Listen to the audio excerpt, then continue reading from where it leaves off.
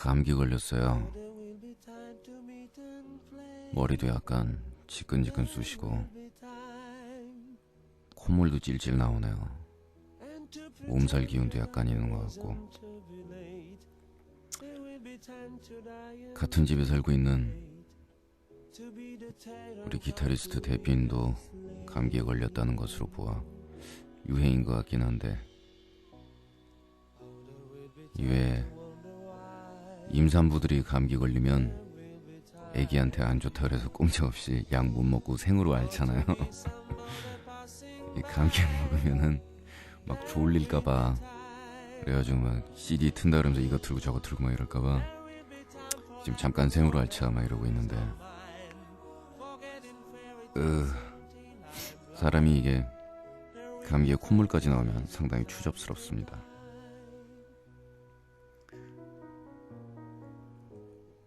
어릴 때였던 것으로 생각이 되는데 정확한 몇 살 때인지는 잘 기억이 안 나요. 감기에 걸리면 저는 사실 기분이 굉장히 좋았었어요. 변태라서 감기 걸리는 것도 기분이 좋으냐? 그런 것은 아니고, 감기 걸리면, 그 이상의 병에 걸리면 그거는 주위가 너무 어두워지며 부모님한테 좀 미안해지고, 감기 정도 병에 걸리면은 응석을 부릴 수 있는 굉장히 드문 기회가 오니까요. 집 분위기가 이렇게 대놓고 엄마 아버지한테 응석을 부릴 수 있는 그런 분위기가 아니었기 때문에, 감기 걸리면 나 아파 막 이러면서 가서 좀 잠시 찔찔대고 이런 것까지는 허용이 되기도 했었고, 어느 날인가는 상당히 유례 없이 아팠어요. 근데 어머니는 이제 일하러 나가시고 저도 학교를 가야 되는데 난데없이 눈물이 팍 터지더라고요. 아플 때나 아니면 심정이 좀 그럴 때 그런 경험들 해보신 적들 있을지 모르겠지만, 글쎄 일단 어린 마음에도 상당히 남녀 차별적인 사고방식으로 자란 저는 그 마초적이라고 얘기하는 난 남자야 뭐 이런 사고방식을 가지고 자랐기 때문에 운다라는 것이 그렇게 자주 있는 일이 절대 될 수가 없었고, 또 그렇게 눈물 찔찔 보였다가는 위로받기는커녕 집에서 얻어 터지기나 쉬운 그런 분위기였기 때문에 그런 일이 거의 없었는데, 왠지 모르게 그냥 갑자기 확 터졌어요. 아프니까 서럽대요. 어머니는 저를 안심을 시켜놓고 다독거리고 오늘 학교에 안 가도 좋다라는 유례 없이 중대한 결정을 내리신 후에 다독다독 해놓고 재워놓고 나가셨습니다. 그리고 집에 있던 라디오를 틀어놓고 가셨는데, 라디오에서는 맨델스존 음악이 나오고 있었고, 저는 정말로 제 인생에 아주 드문 기회, 학교에 안 가고 집에서 혼자 앓을 수 있는 드문 기회를 맞이한 거였죠. 그래서 오전에서 오후로 넘어가던 그 시간대 아직도 집에서 비비고 있던 그 기억이 아직도 왠지 모르게 선명해요. 글쎄 인류가 감기를 정복할 날이 온다고 그럽니다. 근데 예전에는 감기에 걸려서 죽기도 하고 합병증 유발하기도 하고 막 그랬었지만, 사람은 감기 정도의 질병은 가끔씩 데리고 같이 사는 것도 나쁘지는 않다는 생각이 들 때가 있습니다. 신해철의 고스트 스테이션. 마릴린 맨슨이었습니다. Sweet Dreams. 자, 오늘 시작글은 좀 센 제목으로 시작하는데, 빌어먹을 여자들의 우정이란, 보내신 분 기억상실 마녀씨. 남자 생기면 친구 배신하는 건 아무것도 아니라고 생각하는군. 내가 남자친구는 없지만 나 같으면 절대 안 그럴 텐데, 물론 어느 정도 서로 이해하는 선은 빼고 말이야. 그래도 이건 너무하잖아. 젠장 제가 지금 한 부분은 검열, 자체 검열. 으흐흑, 정말 기분 더럽고 처절하고 절망적입니다. 여러분, 미안타 친구야. 오늘부터 저주 들어간다. 그놈이랑 깨지면 내 덕인 줄 알그레이. 나 같으면 절대 안 그럴 텐데 라는 말은 더더욱 믿을 수 없는 말 아니에요? 그렇게 말하는 사람 치고 막상 생겼을 때 글쎄 모르겠어요. 그리고 남자친구 내비두고 자기 친구들이랑 스케줄 지키고 자주 만나고 이러는 것도 뭐 그거 꼭 우정이라는 게 그래서 우정은 아니잖아요. 근데 이 말에 동감한 사람이 왜 이렇게 많은가요? 리플들이 밑에 상당히 달렸어요. 그 기분 나도 알아요. 보내신 분은 파라나이. 내 친구, 나랑 10년 지기인 내 친구도 남자친구 생기더니 연락 다 끊어버리대요. 그러다가 몇 달 만에 전화해서는 지 남자친구하고 데이트하다가 길을 못 찾겠는지 여기 일산인데 어디 가려면 어디로 가야 해? 일하다가 받은 전화라 정신없었지만 최대한 친절히 우정을 생각하여 답변해주려는 순간 옆에서 뭐라 꿍시렁대는 그 남친. 내 친구. 알고 있어? 오호호호호호. 야 알았다 끊자. 이게 뭐냐고요. 아무튼 그때 너무 열받아서 그 친구한테 한번 경고했죠. 너 세상 그렇게 살면 안 된다고. 아무튼 결국 남자친구랑 깨졌는데 깨지니까 일주일에 한두 번씩 꼬박꼬박 다시 연락하면서 외롭다는 둥, 회사 일 힘들다는 둥. 아무리 10년 우정이래지만 나도 이런 애들 좀 싫어요. 난 정말 안 그러는데. 흑흑. 보내신 분은 포니 마녀씨. 이거 읽는데 한참 걸렸다. 제목은 역시 빌어먹을 여자들의 우정이란. 원래 앞니를 보지 못하는 족속들이라 흐흐 저도 여자지만 여자친구는 별로 안 반갑습니다. 여자들에 의한 자기 비하가 오늘 살벌하게 되는데요. 이 년들은 일단 남자 생기면 친구를 버리는 년들이라 그래서 저는 친구가 없어서 남자가 생겨도 뭐 그리 신경 쓸 일이 없죠. 흐흐 또 질투할 건 뭐가 그리 많은지. 멀쩡한 애 하나 왕따 만들어 놓고 애 완전 다 배려놓고 지금쯤 그년들 잘 살고 있을 텐니다. 막 저주와 뒤섞인 이 감정과 제가 볼 때는 약간에 섞여있는 이 질투 시기의 감정과 나는 왜 요 모양 요 꼴인가 남친이 없을까라는 등등의 컴플렉스와 이런 것들이 뒤죽박죽 된 것으로 보이는데요. 근데 여자들 우정은 정말 말뿐이지 소용없어 이런 말들을 여자분들이 많이 해요. 본인들 입으로. 근데 정말로 그렇게 생각을 해서 그러는 것 같지는 않고 그 남자친구나 애인이나 뭐 사랑하는 사람이 생기면 자기의 스케줄이라든가 시간 설정이라든가 사고방식을 모조리 남자를 기준점으로 해서 맞춰놓고 거기다가 시간 투자 다 하고 거기 가서 다 맞춰주고 그런 꼴이 그다지 꼴보기가 좋지는 않을 거예요. 근데 남자들 쪽에서도 만만치 않은 것 같아요.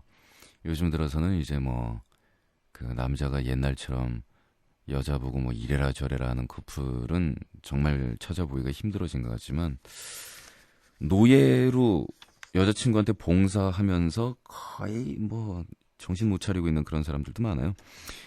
그리고 여자들 같은 경우에 모르겠다. 자기가 좋아하는 사람이 생기면 에이씨 자기 사고방식이랑 이런저런 시간대랑 이런 건 남자 쪽에다 다 튜닝 거기다 맞춰가지고 그렇게 막 쓸고 닦고 기르고 이런 캐릭터들이 있는 것도 세상을 위해서 저는 그렇게 크게 나쁘다고 생각하지 않고 남녀평등이 위배된다고도 별로 생각 안 했거든요. 남녀 관계에 대해서 소름 끼치는 글이 하나 왔는데 이걸 우리가 한번 봅시다.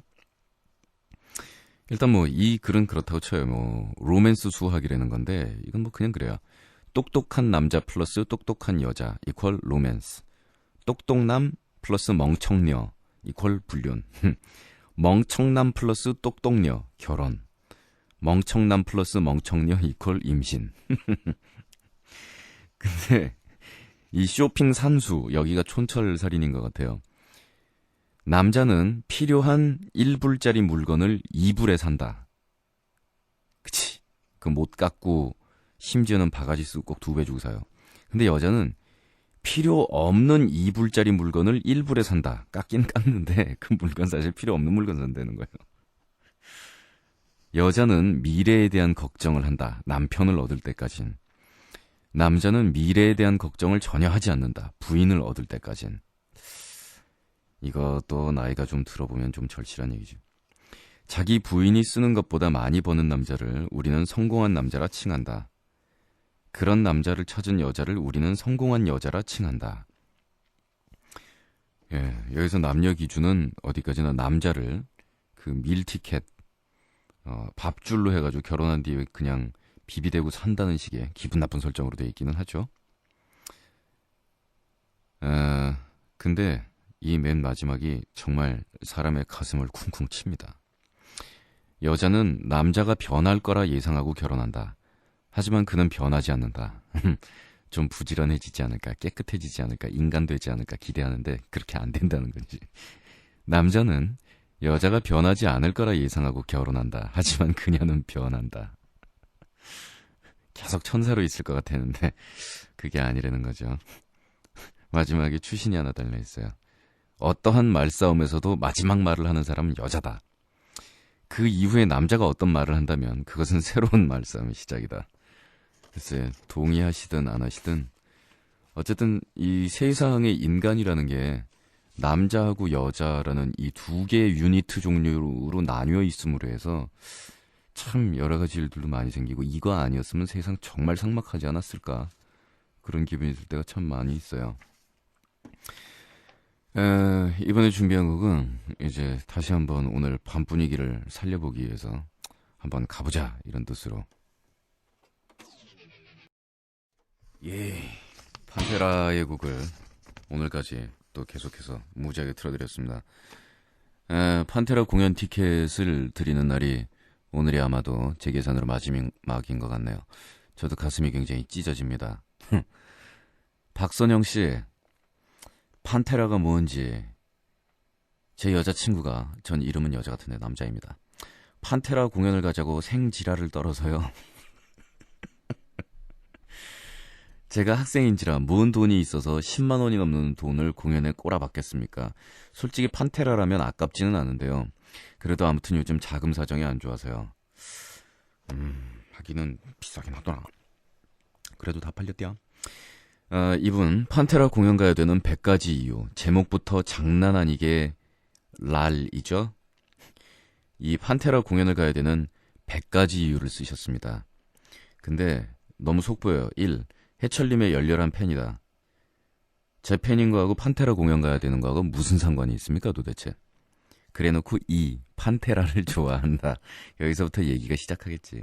3. 고스트 스테이션의 열혈 팬이다. 자꾸만 쓸데없는 얘기하고 있죠. 콘서트 신청이 맨날 떨어진다. 락 음악 사랑한다. 애인도 좋아한다. 학생이라 돈이 없다. 등등. 그 다음에 여러분들이 동감하실 이유가 얘 티켓 줘도 되나 한번 따져보세요. 판테라 앨범이 모두 있다.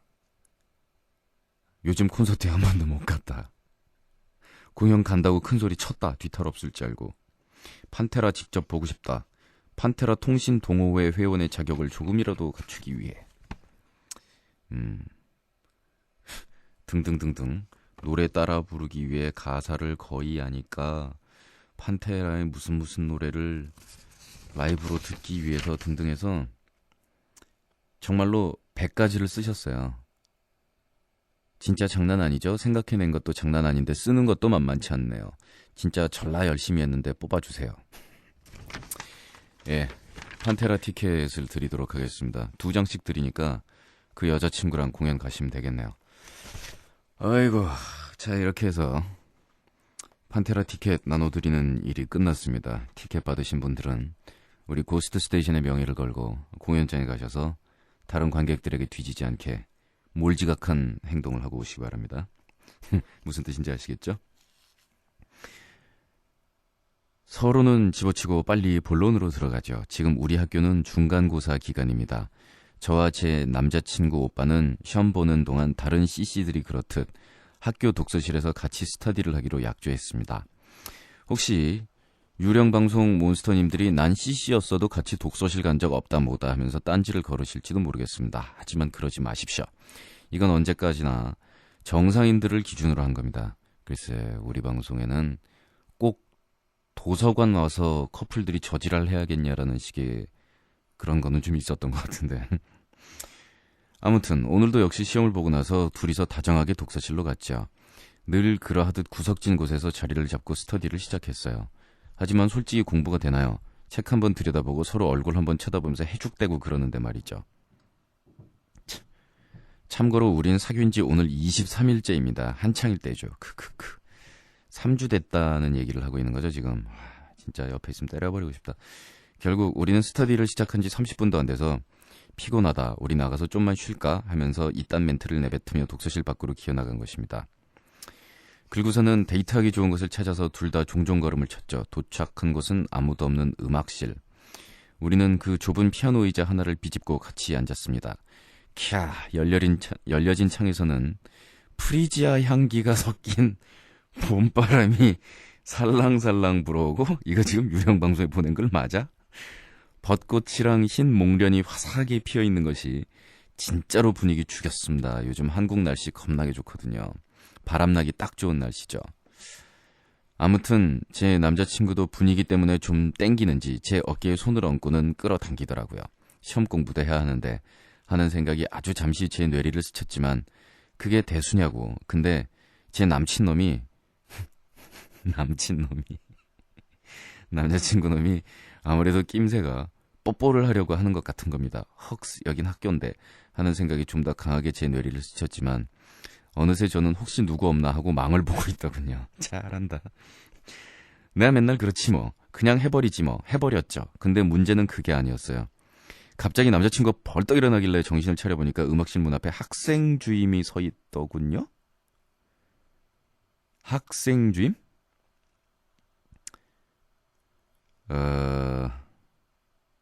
프렐루드 양 고등학생들 커플을 CC라고 부르지는 않습니다. 이 CC는 제가 알기로는 캠퍼스 커플이라는 콩글리시인데 고등학교 교정을 캠퍼스라고 부르지는 않는 것으로 알고 있습니다. 우리는 즉시 학생부실로 끌려가서 풍기문란이란 죄목 아래 과도한 벌점을 부과받았습니다. 지금이 조선시대냐고요. 이 와중에 나는 이 벌점이 유령방송 레벨 점수면 좀 좋아 이딴 생각을 했죠. 내 머릿속엔 도대체 뭐가 든 거야. 우리 학교는 맨날 벌점 주고 나서는 벌점 없애오려면 헌혈해라, 다니엘들 돌봐주라, 천기저귀 바느질 해오라 이런 식으로 계속 가다가는 언젠가는 다구리 당할 겁니다. 사실 제일 억울한 거는요, 뽀뽀를 제대로 하지 못했다는 거죠. 분위기 진짜 죽였는데. 오빠야, 다음엔 더 분위기 좋은 데서 꼭 잘해보자. 방송하기 싫다. 프렐루드 양, 지금이 조선시대는 아닌 거는 알겠지만 벌점 정도 받고 봉사활동으로 끝나면 다행이네요. 저 학교 다니던 때는 굉장히 먼 옛날이지만 제가 알기로는 상당히 가까운 시기나 혹은 현재까지도 이렇게 막 퇴학 막 이렇게 가는 학교도 있는 것으로 알고 있는데, 벌점 뭐 벌점 받을 건 무릅쓰고 그럴만하네. 잘했어요. 에이구. 에리카 마녀양, 낮잠은 괜히 자가지고 이 시간까지 이리도 말짱한 정신을 가지고 있어야만 하는가. 내 하루에 유일하게 킬킬댈 수 있는 유머러스함을 느끼게 해주는 해철님의 방송도 이제 끝나가는군. 지금부터 또 뭘 한담? 솔직히 할 짓이야 많기만 하다. 단지 안 하는 거지. 내일이면 고대하던 토익 시험에다가 그 다음 달부터 시작되는 중간 시험을 앞에 두고 있는 이 시점에도 이놈의 게으름은 어디 가실 줄을 모르는겨. 항상 느끼는 거지만 나란 인간은 과거를 그리워한다. 그 지겹던 고삐리 생활 끝낸 지 2년째. 전문대 들어간 친구들은 올해면 학교생활 마치고 사회로 들어서고, 재수란 이름으로 가장한 1년의 백수 생활을 보냈던 인간들은 그지같은 대학생활 나름대로 잘 적응하고 있고, 진짜 그지같이. 어떤 지집에는 시집 언능 가고 싶다고 선본다고 그러지를 않나. 또 어떤 악어들은 못해먹겠다고 그 빌어먹을 수험생활을 다시 시작한다고 그러고, 나 또한 대학생활에 들어선 지 2년째. 작년에 부린 꾀병이 잘 먹혀서 어떻게 잘 휴학하고 이번에 다시 한번 학교에 적응하려는 시도를 해보았지만 역시 나의 이 현저하게 떨어진 적응 능력으로는 턱도 없다. 에휴, 때려쳐야지. 고삐리 때가 새삼 그리워진다. 교복만 입으면 이상하게 용감해져서 길에서 별의별 미친 짓 다 하고 댕겼던 그때가. 그때 몰래 피던 담배는 어찌나 맛있던지. 미치도록 방황하다가도 아침에 시간 잘 맞춰서 교복 입고 교실에 가만히 앉아있으면 난 꽤나 성실한 인간이 됐었다. 그 전날 밤새도록 술 먹다가 교실에서 뻗어 있으면 밤새 공부하는 취급받고 캬캬캬. 민첩한 동작과는 전혀 동떨어진 나임에도 불구하고 약 10분간의 쉬는 시간을 활용해 그 먼 매점까지 가서 배부름을 만끽하던 그 시절이 요즘 들어 왜 새삼 그리운 건지 캬 모르겠다. 내가 잘 살고 있는 건지 언제까지나 이런 내 모습이 세상에 먹혀들지 언능 시집이나 가버리라고 하는 울 어머니 눈치 보는 거 지겹고 미안해서 올해 안에 독립하려고 그런다. 그러면 인간이 좀 나아질까 싶어서. 아직 어리기만 한 나이지만 하루하루 살아갈수록 세상이라는 게 무섭다. 그놈의 깡다구는 꾸준히 줄어만 가는 것 같다. 겁나서 돌아버릴 것 같지만 어쩌겠나. 죽을 용기조차 이젠 없으니. 어휴, 헛소리 이제 그만하고 살아야지. 그쵸? 예. 그 고등학교 다니는 담배는 참 맛있었던 것 같아요. 지금 뭐 방송 듣고 있는 청소년들을 지금 뭔가를 조장하고자 하는 게 아니고 그거는 지금 분명히 생각할 때 금지돼 있었기 때문에 그랬던 그런 분위기도 굉장히 강했던 것 같고 또 하나는 그 고교 생활이라는 정말 우리나라에서 인간 살고 있는 여러 클래스 중에서 최고로 불쌍한 클래스 아니에요. 어쨌든 그런 생활을 하고 있으면서 어른이 된다라는 거는 이 생활을 빠져나가서 정말 이걸 쪽낼 수 있는 하나의 티켓으로 보였었어요. 근데 그렇게 화장실에 숨어가지고 담배를 핀다고 해서 어른 되는 날이 빨라지는 것은 결코 아니건만 그리고 어른이 된다는 것은 그런 거는 상관이 거의 없음을 나중에 알았음에도 불구하고 어쨌든 마음적으로는 조금 더 가까워지는 위안이 들고 그랬었으니까요. 그런다고 해서 이 방송을 듣는 건전한 우리 유령방송국 청취자 청소년 여러분들은 흉내를 내거나 하시는 일 없으실 것으로 생각하고 이 방송도 흡연을 하시면서 듣는 그러한 몰지각한 있을 수 없는 일은 없을 거라고 이 DJ 생각하고 있습니다. 가끔 이런 멘트를 또 넣어줘야 돼. 근데 그 말에는 정말 동감을 합니다. 하루하루 살아갈수록 세상이라는 게 무서워지고 그놈의 깡다구는 꾸준히 줄어만 간다는 거. 그래서 왜 길에서 싸움 나도 중삐리 고삐리랑 싸우는 게 제일 무섭다고. 그거는 저기 조폭 친구들도 그러더라니까요. 중삐리 고삐리하고 싸울 땐 조심해야 된다고. 왜냐하면 뭘 알면 차라리 어느 선에서 끝나는데 완전히 겁이 없기 때문에 정말 무서워야 된다요. 글쎄 뭐 청춘의 에너지가 과도해서 그거를 주체 못해서 괴로워하는 그런 시절. 그건 나름대로 정말 좋지 않습니까? 그렇게 말을 하고 있으니까 무지하게 노땅이 된 듯한 그런 기분이 또 들기도 하는데.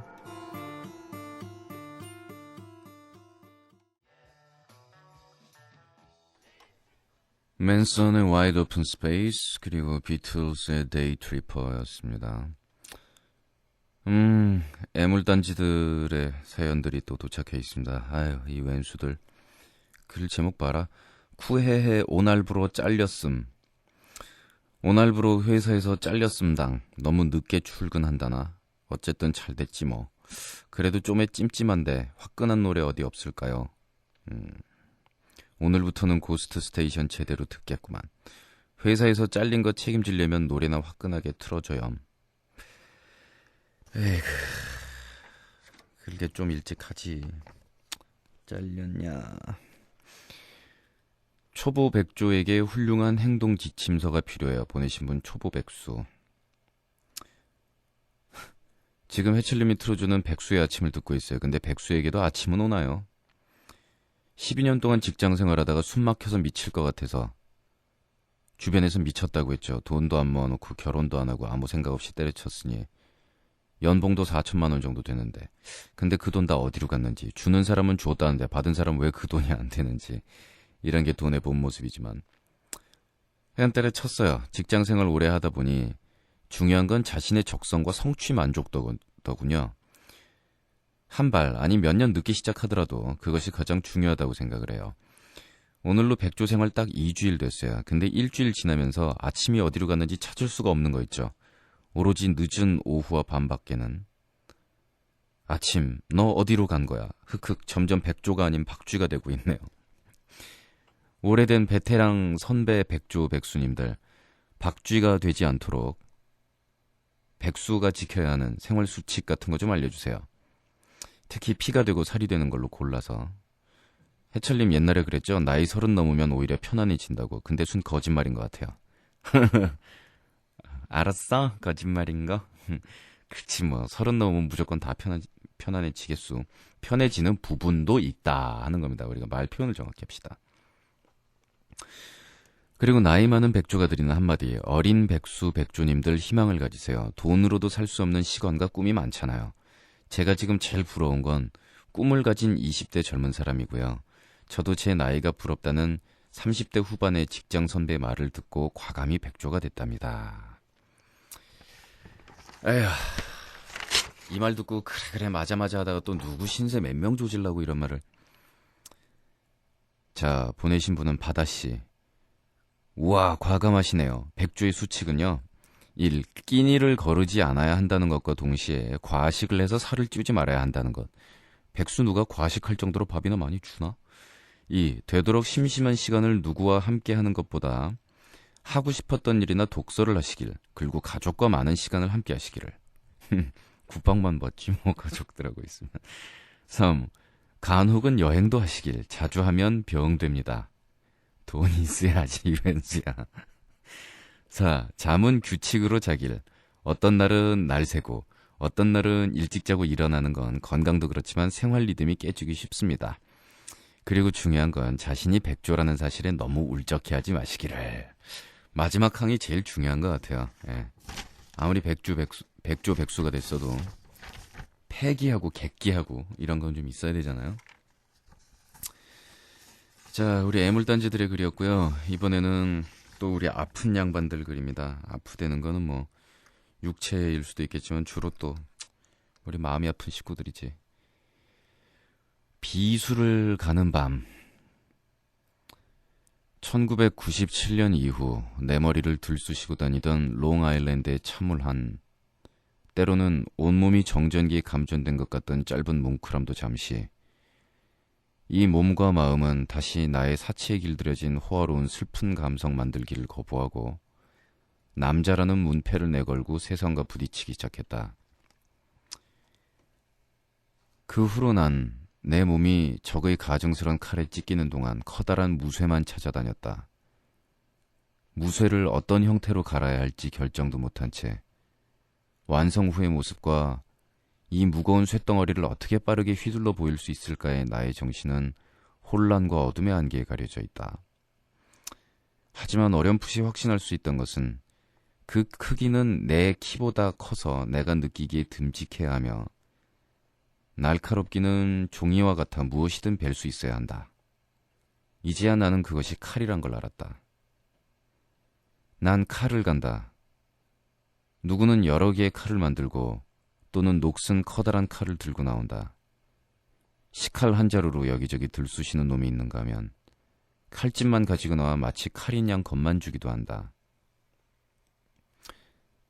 난 함부로 휘두르지 말라는 내 아내 신에게 감사드린다. 내가 휘두를 때는 많이 있진 않을 것이다. 하지만 난 내 마음의 비수들이 싫다. 비수를 꺼내야 하는 이곳도 때로는 싫다. 아침마다 표정 연습을 하는 나도 싫다.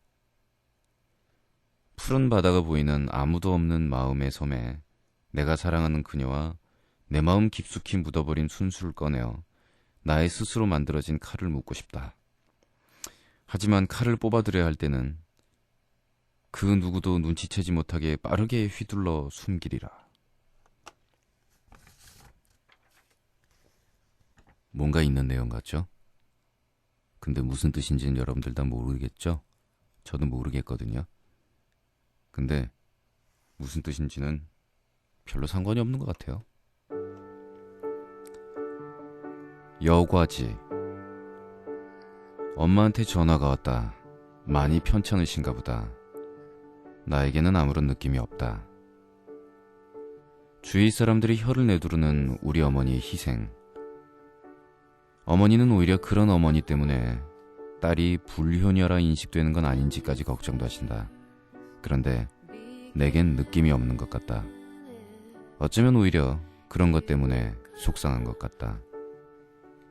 예전에 어머니 이야기만 나와도 줄줄 울어대던 나는 언제부턴가 내 자신이 행복해지는 일이 어머니를 위한 일이라고 생각했다.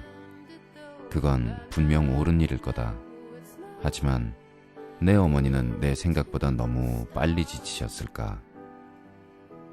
한때 그렇게 생각을 했지만 분명 지금 어머니는 나보다 100배, 1000배는 강하시다. 갑자기 나란 존재가 어머니의 노력과 나의 몸부림, 그리고 모두 내게 쏟아지는 지금까지의 세월을 툭툭 걸러내버리는 여과지 같다. 다음 주에는 한번 고향에 내려가야겠다라고 생각한다. 아니, 웬만하면 그런 말씀 안 하시는 어머니께서 은근히 운을 띄우는 건 생각보다 사태가 심각하단 소리다. 예전에 암 수술을 하실 때까지 자식들은 아무도 모르게 하셔서 나중에서야 IMF라는 상황에까지 그 몸으로 몰리신 어머니를 우린 발견했었다. 차 안에서 어머니 당신도 흘리지 않는 눈물을 흘릴 면목이 없어 눈을 부릅뜨던 기억. 이번에도 그런 기분을 갖게 될까? 난 그게 두려운 게 아닐까? 나란 인간은 참... 이런 생각이 좋지 않다고 사람들은 말하는데 가끔씩은 내가 정말 태어나지 말았어야 했다는 생각이 든다. 학교에서 무슨 문학책 비시름 한 거를 괜히 기분이 내켜서 한 권이라도 볼라치면은 별의별 개소리를 다 들었었습니다. 공부 잘하는 새끼들은 저를 어떤 눈으로 봤냐면은 저게 아직 세상을 몰라서 정신을 못 차려서 지금 이 시기에 성적하고 관계없는 저런 책을 보고 참 한심하다라고 저를 봤습니다. 공부 못하는 새끼들은 저 새끼 학교에서 잘난 척한다고 무슨 저런 책 같은 거 말도 안 되는 거 들고 와서 본다고 중간에 치여가지고 그래서 속으로 제가 가지고 있던 불만은 아주 원초적이며 단순한 것이었습니다. 세상 어느 나라에서 책 본다고 이상한 눈길을 받아야 되는 나라가 어딨냐 라는 생각이었었는데 그래요. 공부를 하는 게 뭐 석사 박사 따고 교수 되고 아니면 뭐 출세하려고 공부를 하는 게 목적이 아니다 라고 말은 해놓고 그런 실제로 보면 그런 식으로 세상은 결코 돌아가지 않는 왠지 모르게 속는 기분과 지는 기분과 열받는 기분과 이런 세상을 우리는 살아갑니다. 그러나 또 어쨌든 우린 계속 살아야 되고 그러다 보면 영원할 순 없으니까 사랑하는 사람들하고 이별을 해야 되고 그 안에서 우리가 가지고 있는 그 손톱만한 초라할 정도로 아주 짧은 시간 그게 만일 무한하다면 우리가 거기서 어떻게 그 수많은 감정들을 느낄 수 있겠어요. 이런 거짓말과 야부리와 사기로 여러분들의 마음을 조금이라도 위로하는 척 가증을 떨면서 사라질랍니다.